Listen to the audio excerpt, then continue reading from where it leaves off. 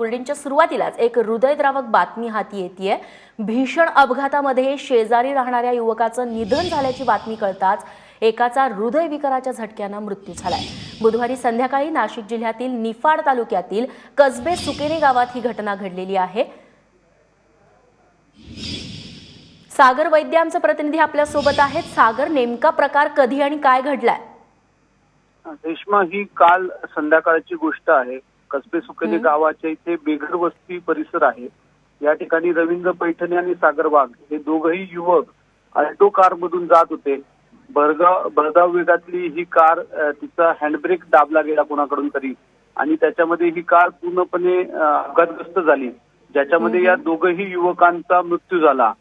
ही घटना ज्यावेळेस या दोघांच्या शेजारी राहणाऱ्या माधव खेताडे या अंदाजे 60 वर्ष वयाच्या इसमांना कळली, त्यावेळेस त्यांनाही हृदयविकाराचा झटका आला आणि त्यात त्यांचंही निधन झालं।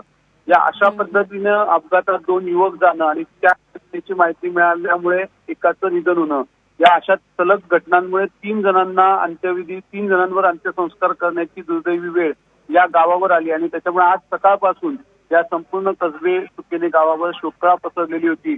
गावकऱ्यांनी आज बंद पाळून या तिघांनाही शेवटचा निरोप दिला। रेश्मा, नक्की सागर, धन्यवाद तुम्ही दिलेल्या माहितीबद्दल।